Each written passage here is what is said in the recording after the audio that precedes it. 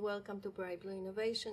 I'm Lidia Paulinska and I am host of this show, and we have the same panelists talking about prediction for 2017. Pallab, Kevin, Rodney, we stopped our discussion about 2016 talking about consolidation of the companies. Can we continue? Because this consolidation will be going on. It's both Kevin and Rodney brought up the point that with the technology and things that are advancing, there's a lot of big money acquisitions going through of major electronics firms and system solution firms. Whereas on the other side, you're seeing companies like Rackspace do an LBO so they can now manage themselves without having to worry about the shareholders as much. AT&T trying to get Time Warner to go through and get content, which is increasing the price of the value rather than going down in the market. I don't really see in 2017 a lot of these big technology mergers making money in the short term. Well, if they're facilitating people delivering the content, if you look at Qualcomm's very good at delivering components that go into phones, which are a content delivery vehicle that's very popular these days. So if you can get a piece of the pie in the picture that's doing the content delivery. I mean, if you talk about cars are turning into a content delivery mechanism. Yeah. The fact you get there from A to B is kind of a side effect. But the other factor, the other side of that is cars are also a great data gathering point. They're a giant group of sensors rattling down the road. So this would be the same thing. If you build the sensors that feed the beast, then you're part of the picture. You know, if you can. But this is where the semiconductor vendors they're consolidating, and that actually has some efficiencies because they can invest in process development or in terms of supporting larger markets with the developments of chips and spreading their R&D costs over more chips. But fundamentally, what they're missing is the fact that they're creating all these electronics. They're creating data that goes back to the data center. Right. And then that data is important and is valuable, but they're not getting a piece of that. So they're missing on the opportunity to monetize the data going back. Or the dumb pipe guys, the AT&Ts, they're looking at it and say, hey, we got content. We should own the content that's going on our pipe. I see basically there's three models out there, and that is you have the component guys that say, okay, it's going into a phone, but that's a single purchase, and now you have the product for 2 to 3 years. You have a content delivery group like a DirecTV, Netflix, that's every month. You want to get what's new and great, or you want to get the old stuff. You pay us every month to look at it, and we don't care what you want to look at. Yeah. And then you have companies like Akamai, AT&T, Verizon that say, and we're the pipe. We're going to charge you for whatever it is. We don't care what device or how much you paid for it or whose service you got. If it goes from point A to point B, we're going to charge you, which is really the sustainable model, because selling the components, those prices aren't going to go up. The more features you put in, the more the price goes down. I think this transport business is actually pretty good because as their capabilities and the performance goes up, they charge accordingly. Yeah, but at the same time, AT&T wants to make that investment buying Time Warner, so they also are investing in buying some of the content that goes on those pipes. So they're looking at that as an option to monetize some of it. They don't, just pushing the bits down the pipe apparently isn't exciting enough for them. And then at some point they're going to hit the laws of physics. There's only so many places you can push all this data to. Yeah. Well, there's a lot of this planet that still doesn't get the level of data that we get here in the United States. Right. So Japan or you can generate all the content you want. You try looking at it in the middle of the Sahara Desert. Yeah. Yeah. Well. Yeah, and that's where. Watch, there'll probably be some wonderful digital enclave. There will be. Yeah. Well, I mean, but that's where areas like in 5G and the next generation modems, that's pushing the getting more bandwidth out globally, and LTE still still not a globally deployed technology yet, but it's getting there. And then you can get the bits there. Then you got to worry about the fact that are all those people living in the mud huts going to spend $45 a month on DirecTV? Yeah, well, they're not. But just getting it more ubiquitous coverage, I think, is an important start because you have to crawl before you walk. So it's a developing thing. You have to develop those economies. Ubiquitous coverage has some challenges, and that is covering the carrier space. When 5G comes out and talking to all of the vendors that are in it, the towers have to be 500 meters away. They don't even make it a kilometer apart in order to get that peak bandwidth. Yeah. So it's not going to be in rural areas. Nobody's ever going to wire, 2 towers per kilometer for going through. 4G goes several kilometers, but 3G, and 3G plus, which are still dominant technology, they're like 10, 15 kilometers apart. So you can afford to run them off of diesel, run them off of solar power or wind power or things like that. But these high density ones, yeah, people want the capability, they're going to deploy it, they're going to spend $billions.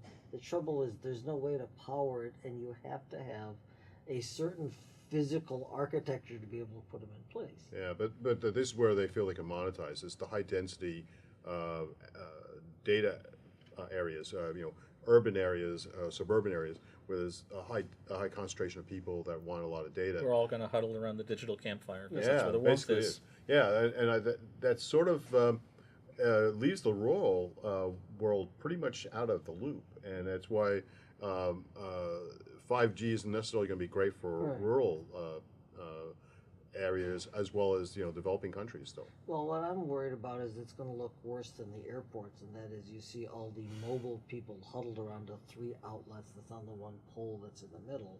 Now that they're disguising these cell towers as lampposts and trees and things like that, you're going to see like 15 people huddled around a lamppost in the middle of the day just because they're trying to watch the end of the basketball game. Yeah. Well, the one thing that can help that is there is more development in wireless power, cordless power charging, and if we can get down to one standard, maybe and a wider adoption, then you could have just a table at a bar or at a airport as your example, and then you just put your phone down and it'll charge right there.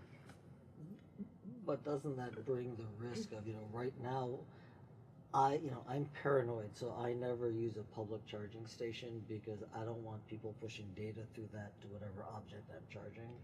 With wireless, that's also a big concern. You don't know what it's actually talking to on your device. Well, I mean, it's up to the design to gotten, protect that. People have gotten immune to that. Yeah. They're also not looking at the sophisticated data signal that comes into their phone when they're getting TV. Yeah. Who knows what they're sending in that? Yeah, there's I'm not talking about the ads. Yeah, there's side channels. Yeah, all the side channel stuff. So people have decided it's okay to be awash in data, and I am the set of instruments for my cell phone so it can collect data. Yeah, it was the former like his name, Schmidt. Howard Schmidt? Eric Schmidt. Eric Schmidt. Eric Schmidt, right. Which had made a point about privacy. There is no privacy. Get over it. And in his business model, there is no privacy. Yeah, Get over it. that was Google. It's all about it. Yep. I'm actually waiting for my Google Home to come, and it'll be in my house and answer questions and listen to me, and who knows what else it's doing. Right. While your self-driving car has gone off to the mechanic to get itself fixed. Yes. Yeah. Yeah, but however we can, ignore the security and privacy. It's become public because of the film, Snowden. And the incidents that have happened. So, Yes, yeah. exactly. So sort of we've had this trend here where 10 years ago, only the geeks talked about whatever network attack happened. And starting 5 years ago, it became more and more public. So, and I noticed about 2 years ago, on average, NPR would have reporters talking about things. And as a technical person, you'd sit there and listen and go, oh, that announcer figured out how to pronounce that buzzword correctly. And then now we're at the point where it's on CNN, Yeah. that some amazing, we have CNN reporters talking about DDoS attacks, like that's a normal thing you would discuss. So even the people who want to ignore computer security, it just keeps showing up. Yeah. So you were saying that a lot of people are accepting it, but then if you look at the current election, it's a big deal, right? There's hacking going on between there. There's release of documents, secure. So, and then there's the other side saying, but we accept all of that. So is it an issue, or is it something that everybody accepts? Oh, it's definitely an issue. Yeah. I mean, actually, with this election, there's been a lot of threats to hack the election. There's been claims that there's been influence. People, not Snowden, but WikiLeaks releasing Right. emails from the Democratic committee. There, cyber is all around this election, in one way or another. But it's like, is it something that people want to do something about, or are they just accepting that it's there? I think a lot of people feel there's nothing they can do. Yeah. I think they think They there's something, feel like or they're trapped. ignoring it. I don't think they're accepting it necessarily. Okay. But I think that this is, and this is not, we're talking about 2017. Right. This is going to This is- continue. This is yeah. not. Get This, worse. this is just the beginning. It's going to Yeah. get worse. Yeah, because whoever wins, there's going to be this whole cloud of how did that take place for this thing going Right. through. If it's gonna close, be, yeah. it's going to be an issue. We thought it was bad worrying about people putting tape on the doors to get into the other guy's headquarters back in the Yes. Watergate era. Right. Or hanging chads in Yes. punch cards in Mechanical Florida. card readers. Yeah, Yeah. card readers. Yeah. This could be a whole nother level. Yeah, so going forward, it's getting, worrying about security is getting more mainstream, which is interesting because it's getting mainstream among the people who all agree with Eric's point where he goes, there is no privacy, get over Yeah. it. So they're now putting the two and two together. It's really, Yeah. those of us who've been paranoid for a long time find it entertaining to watch other people kind of, do the math now. Well, and TV shows. Talking about content, TV shows have embraced it. CSI course. Cyber, Oh, well, yeah. which is Mr. Robot, all that. and yeah. Mr. Robot, Yeah, which is Mr. which- Robot's at least a real show. CSI Does it right. Cyber didn't actually have a lot of valid technology that they were. But in displaying. modern times, we're always trying to be very kind about Obviously. actually doing the technical analysis of what the TV shows do. Mr. Yes. Robot is surprisingly technically correct and in context. And Yeah. That's what's scary about it. Yes. Yeah. But they let the screenwriters put that on the air, and the guy Yeah. got all the buzzwords right and knows what he's talking about and all these things. Yeah, but which says that this whole cybersecurity, privacy issues are gone mainstream. I mean, it's talking about it at least is mainstream. Mainstream media, yeah. So people are aware of it. If you a few When years people ago, talk about sugar and soda, it's not clear they stopped drinking soda. yeah, Yeah. but how? I mean, a few years ago, who would know what a DDoS attack is? Yeah, me And and now 7 other people. Yeah, Right. Yeah. Now it's a mainstream term used by Yeah, CNN reporters. Exactly. Yeah. Well, I have a question for you, Rodney, in this whole space, and that is, I cover the consumer electronics space a lot, and smart home is a big deal. Yep. And I'm running into all of these people that say, for physical access security, I want the smart home, I want all of these cameras, and I want the electronic door locks. Physical access security is a lot more than just a combination lock and a camera. Yeah, And I don't think people realize how easy it is for somebody with serious intent to get around. so this is the thing. People think when they think security, they're going to go to the the home repair shop and they're going to buy a padlock, and they're going to buy the cheapest padlock unless they're really motivated, or you're standing there with your mother who got pissed off that her garage got unlocked. Then you're going to buy the middle grade one. Mm-hmm. You don't go in and go, I'm going to buy the most painfully expensive padlock I can find because that's got to be the right one. Right. People aren't doing that. So there's the decoration of security. But do they in consider Stan. that a cybersecurity issue? Because if it's all going to your phone, it's just as hackable as everything So else. they used to not believe that until we got this recent wave of DDoS attacks where 100,000 cameras in China decided to go after a reporter. So now we're realizing that this is the wonderful thing about the Internet of Things. This cheap gear and this companies making lots Yeah. of money selling the chips, and they push all this product out, Yeah. and that means you can push product out that might not be so good. You can push out awesome things, like a Tesla, or you can put out gear that's pretty shoddy. Yeah. And so we've got there hasn't been motivation to change out of the shoddiness mode. So Yeah. they're starting to notice that. Especially the inexpensive stuff, because they're driven by price. If it costs a nickel more to add a level layer of security or they a won't crypto, they won't won't invest do it. it. They won't do it. And they assume people treat it like the padlock, where if I bought the tiny padlock at Toys R Us, I do not Yeah. expect that to be put on the bank door. Yeah. So they're But you have a lot of people who are saying, I want my privacy, I want my security, but then I want this convenience. And they're putting their thermostats, they're putting all their light bulbs and all these other things on their phone for going out. And then people can get in there and they can, let's get them and they're out putting of it the in the house. same phone they put their NFL app Yes, on, yeah. and they haven't bothered to figure out that if you commingle all these things, you could Yeah. have issues. Yeah. Yeah, but I think there's a somewhat a feeling of, why would somebody go after me?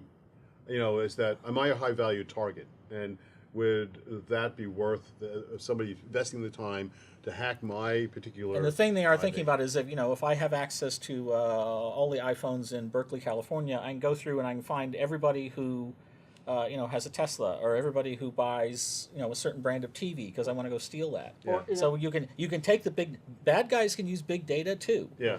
That's the thing people aren't really thinking about. So I think it was Toyota announced this week that now they're going to come up with the keyless entry and keyless start that runs from your smartphone. Right? So they're going to get rid of the other system but have an overlay that's on your phone, and then you could share it among X number of people. Mm-hmm. The one thing they didn't answer a question about is, what if you go to a restaurant that has a valet? Do you now have to give him your phone? Yeah. So, Well, no, I assume there's there's a lot of valet modes in some of these systems, so it's a pretty common thing. So I assume there's going to be like a valet mode override to do something temporary. Yeah, but they'll probably do something crazy, like say you put in valet They're mode, probably then you gonna let the have you valet's phone suddenly compare yes, with they're your going car. to be able to Yeah. push the thing. And we they're promise gonna to take push the code key. out when you leave the Yes. restaurant. Yeah. All valets will do that, of course. Yeah. Yes. So, in 2007, what you gentlemen predict 20 will be 2017. 2017. I'm sorry, 2017. There will be. Do you think there will be more new technologies or developing the old technologies that they are already on the market? There's a lot of development work. I mean, we talked about earlier in the previous show about 3D, and that's going to continue to develop. I think there's actually going to be a new category of 3D, a mid-price point between the really inexpensive phones and the high-end tethered gaming platforms, and that's called standalone. And that'll probably hit in 2017, and that's going to be it's a more of a standalone device. It may run an operating system. Doesn't require a phone. Doesn't require a PC connected to it. And that may come in at a more medium, more acceptable price point in the $300 to $400 range. That'll be something new in 2017. You're going to see. We talked earlier about 5G rollouts. You're going to see some early experimentation in 2017 on 5G. There'll be some trial rollouts. That still 5G really doesn't kick in for another few more years, but you'll see some trials there.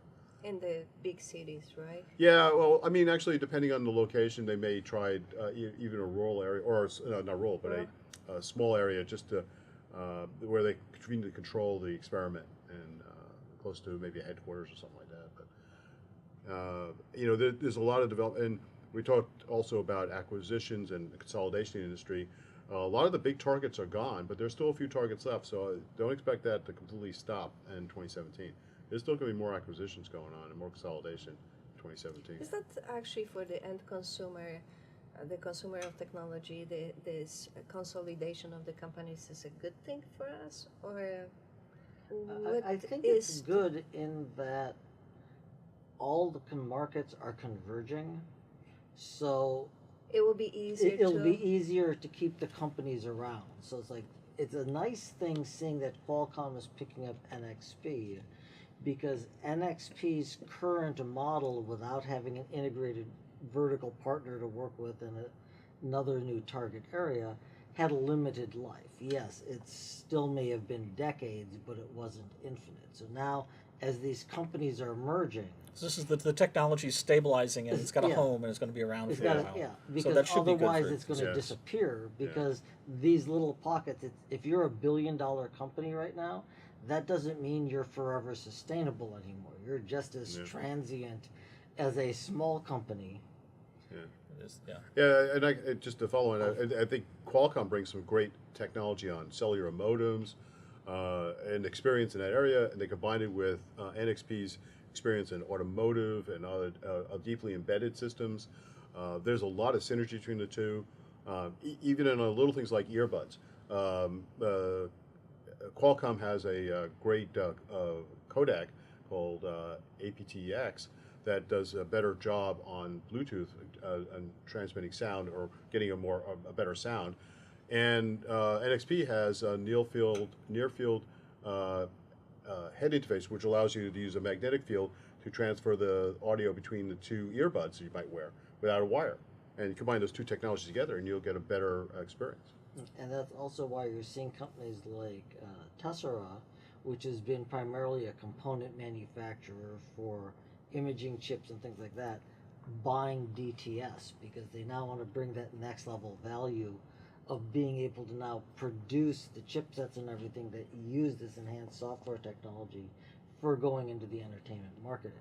because the DTS solution has been a dominant one in the gaming industry for surround sound on headphones and also in a lot of the theaters. And I think they're in about 90% of the home audio video receiver markets for home theaters.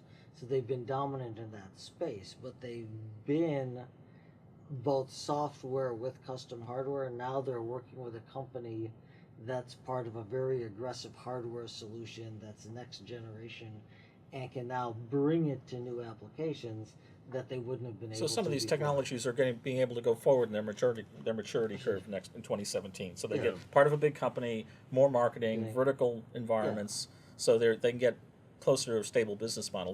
We're getting further and further away from the .com craziness where, you know, Yahoo is a perfect example. You know, you lose money on every end user and make it up in volume somewhere, Right. Yeah. which, you know, was supposedly was the story, and then, you know, now we're getting down sort of, you know, it's very weird to talk about Yahoo as an old smokestack industry that's Yeah, kind of well, dying, sort of yeah. like GM, you know. But it's like, you know, we're getting near the end of life on that kind of thing, and really it was just everybody chatting. So what was there? And Twitter's the worst example. Yeah. Yeah. So, but some of these other things like the technology inside NXP, which, you know, it's good at staying around. Which, but getting back to the conversation we had earlier, where you see the VR model saying we want to get traction by giving away free, that's the problem that Twitter ended up with. That's They the went other end of the through- curve. Yeah, So they got the whole world. They're the dominant technology. They're the leading resource, but there isn't a monetization model that scales appropriately with that volume of user. So as a result, there's no turnover for the company, right? They can't out and exit because the monetization is not commensurate with the support that they and need to unlike Yes. something like the Time Warner thing, the content's completely uncontrollable. right. Yeah. Yeah. And it's temporal, so it doesn't. It's nobody's going to care about a tweet you gave 3 years ago, unless you're We a think. presidential candidate. Well, yeah.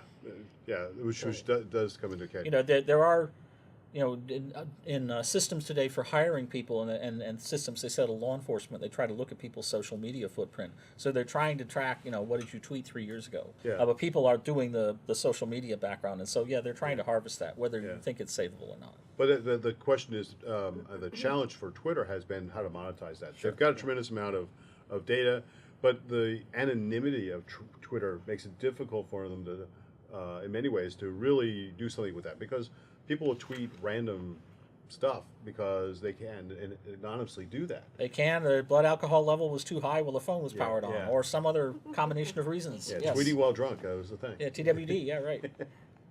And the industry also has another challenge, what is we are entering millennials, that they are coming to the market and will be spending more than baby boomers, right? Yeah. So how the technology world is going to approach that problem? Well, one of the challenges is the automobile industry is because a lot of millennials are saying they're not going to buy a car. They're going to Lyft, Uber, Or ride shares. or what is it? The car share. Yeah, Lyft it's a different car. Zip car. Zip cars, Cars. but in addition, that's where Uber and Lyft want to go in the future. Is they want autonomous cars too, because they want to get rid of those drivers, those annoying guys who complain about stuff, and then eliminate that, and then you can just call a car, and it'll become transportation as a service. So you don't have to own the transportation; you just use it when you need it, and that changes the whole business model for Ford, GM, all the car manufacturers, taxis. But it also changes the model of how people, they don't own cars, they use cars. But don't you think it will be the actually case of autonomous cars that we will not own them? Yeah, Yeah, that's yeah. Because Yeah. what for? yeah. The thing is, if you only use the car for a short period of time in a day, I think it's less than 5%. It'll be great. You can treat it like a fashion thing. You know, I'll use the bright red car to go to the bar, and I would Yeah. use the gray car to go in the business meeting. Yeah, you pay a little extra for a sports Right. car for the show. For show 5 off at a minutes, day- yeah, or a right. day, yeah. You don't have to buy it. So to, yeah, so they Yeah. what asset the individual consumer buys as opposed to buying it as a service. So yeah, it's the transportation as a service. yeah. So That it's that TAAS, I guess, yeah. is the acronym then. But the other, I mean, there's also societal aspects. People who are elderly, who have trouble driving, who shouldn't be driving, who still are, getting them off out of the driving mode into a passenger mode. People who are like blind, who can't drive, give them greater access to transportation through autonomous driving networks. And like the benefits from autonomous trucking, where they can get rid of the drivers there. Well, and the therefore change drivers are still there for emergency. I mean, for now. But, right. And then parking lots. You can eliminate a lot of parking lots in cities and areas because you don't need that many cars. So do you think that's really going to happen? That once we start saying, and we've done the math out, it'll eliminate the parking lots. Now we sound like those films from the '60s, from the World's Fair from 1962, that said we don't 64. We'd all have talking typewriters and flying cars and robots and all this stuff. Some of which actually has come true. Yeah. I actually was at the World's Fair in 1964, and they had the early Bell Systems had a video phone. That was like one of the first show out the video phones, and we have it. We have it in our pocket. Sure. We have a video phone, a wireless video phone. We could send videos and talk to people today. This is the future, and some of it's happened, but when you get to these things, like we've done the analysis, and therefore we're going to get rid of parking lots. Are you sure the parking lots aren't going to stick around for some other reason? Well, yeah, they're going to stick around for a while. I mean, we're not talking about an overnight transition. Yeah, so some of these things have described great predictions with that are complex, and it's like, are they all going to come true? But going back to the millennial question, is the millennials are more accepting of this type of right now. How many millennials buy their music content? They use Spotify or other music services to stream content, and they go to a channel and say somebody DJs a channel that they like and they listen to that. They're not buying CDs. They're not buying content. I'm an old guy. I buy CDs still, so I want to own my content. But millennials use music as a service, and transportation as a service is just another extension. They also have other ways of looking at things, and as they get older, we're going to get some different effects. So, when the millennials get so old that those lawyers start to be nominated for the Supreme Court, and people go dig out the tweets they did way back in the 2007s, kind of thing, it's going to be a different world. So it'll be interesting to watch. They can see how they can take over the world when they all get old. Well, one of the things that I see is I think there's actually going to be a lot of older products coming back into the marketplace. And that's specifically because a lot of the millennials believe that the internet contains all the information. So a lot of these patents, a lot of these copyrights and things that were created before everything went to digital archive, they have no concept that this stuff was invented, existed, and was in the world. So a lot of it for going into these repeat markets like automotive accessories, content delivery, VR, things like that, I think there's going to be an awful lot of invention of stuff that was created before that people just don't remember. And that's why we appreciate that there are bounties on prior art. Keep track of your lawyer friends. They'll call you to check out a patent one day. Yes. And that's also why they're recreating all the old movies and reinventing them, because people don't remember the original version of it, and so they can reinvent the movie, and it's like, well, that I've already seen that movie. It's new. So we just have 2 more minutes, so I will give every one of you just a few seconds for the last comment about 2017 year that we are looking forward. I think it's going to be dominated by changing infrastructure, because unless you have bandwidth and unless you have connection, all this stuff we're talking about isn't going to work. And I think that's what a lot of this consolidation is about. Kevin? I agree with that, but it's going to take some time. 2017 is probably not there yet. 2017 is the stepping stone to the release of 5G, but we'll definitely get more bandwidth. We'll see more of this technology. I think 2017 will be a follow-on, pretty much an evolution of 2016. You'll see just more of the same. But the one thing that's going to be a little different is the political climate. One way or the other, it's going to be a very different world from 2016 politically. I think we're going to get people to see a little bit more worried about safety around their data and their computers and stuff like that. We've had some incidents. We've had some things start to get better. UL's got standards on cybersecurity now. So I think we're going to that subject is going to be more and more as we go forward in 2017. We're going to worry about the safety issues a little bit, not to dampen all the wonderful things we can do with AI and all those other things. But the expenses also on the security will be much. The expenses the expense of shutting down Netflix for 20 minutes with a DDoS attack is a lot of money on some people. So at some point, the business people will have an issue, and therefore they'll, the money will cut in. We'll worry about it for that. Thank you very much.